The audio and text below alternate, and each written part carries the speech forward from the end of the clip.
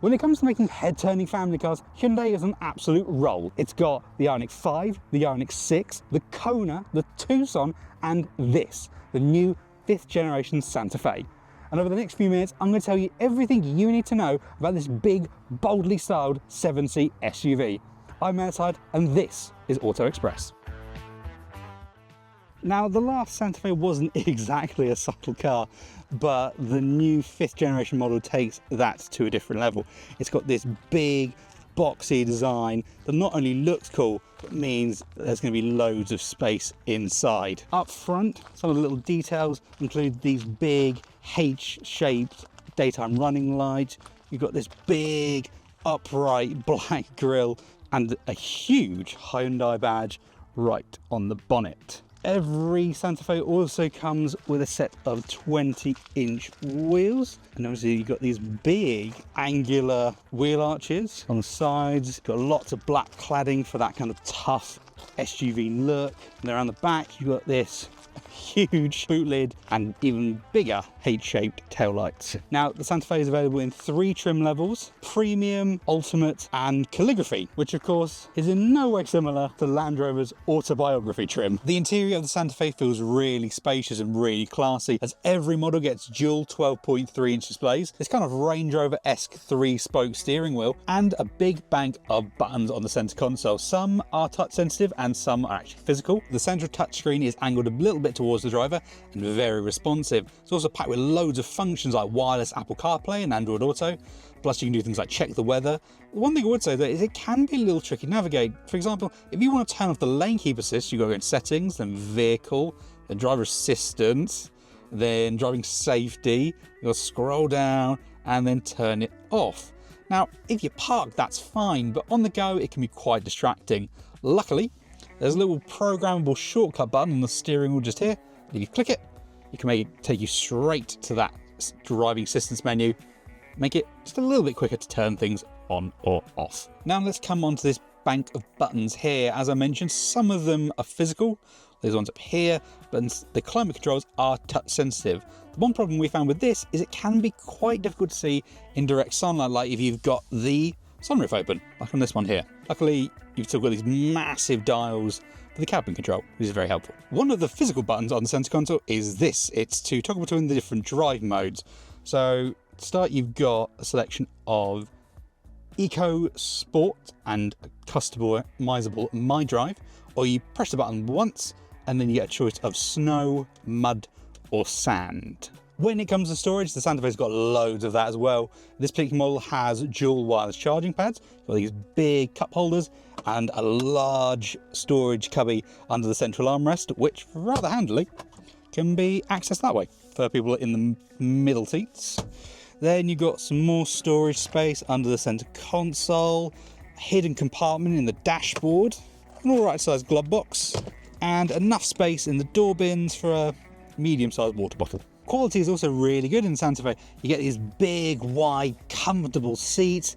Everything feels very well screwed together, no squeaks or rattles, and there's a squidgy materials used for things like the dashboard. Did you know you could sell your car through Auto Express? With decades of expert reviews and advice behind us, you can sell your car with confidence, knowing that we know what makes it valuable. No nonsense, just unrivaled expertise. To get an honest evaluation now, head to the link in the description. As you'd expect for a big SUV like the Santa Fe, there is loads of space in the back here. I'm 6 foot tall and I've still got loads of headroom and plenty of room for my legs as well. Passengers in the middle row can also use these USB-C charging ports built into the backs of the front seats. They can access this big storage area here, and there's another one that slides out from the center console there. There are some pockets here for extra maps and whatever. 2 cup holders on either side, and another little door bin down there. Now the model we have here is a 7-seater, but you can actually get a 6-seat version that has 2 captain's chairs back there. Either way, when it comes to accessing the rearmost seat, all you got to do is click one button and seats come forward like that.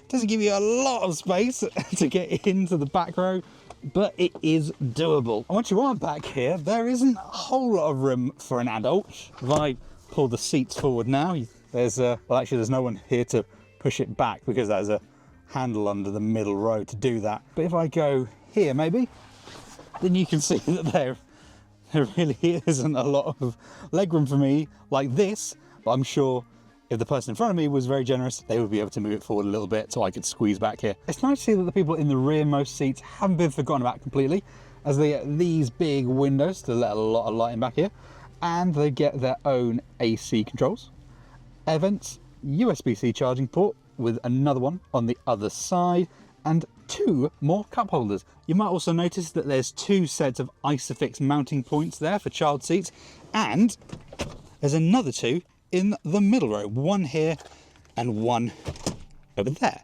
Of course, at some point you might want to lower the rearmost seats to get as much stuff in here as possible rather than people, and to fold them down, all you gotta do is to pull this one lever, and there's another one on the other side. These both fold down super flat to make even more space for long items. Every Santa Fe comes with an electrically operated tailgate, and it is quite big, so you've got to make sure there's plenty of space in multi-story car parks. Like this, with 5 seats in place, the Santa Fe offers 628 litres of boot space and 1,949 with the second row folded down. It's worth noting though that the plug-in hybrid model, because it has a slightly bigger battery, has slightly less boot space. The Santa Fe is available with either full hybrid or plug-in hybrid power. Both versions use a 1.6 litre turbocharged petrol engine and 1 electric motor. The full hybrid version produces 212 horsepower and 367 Nm of torque, which is good for 0 to 60 in under 10 seconds. The plug-in hybrid version gets a slightly more powerful electric motor that increases the combined power output to 250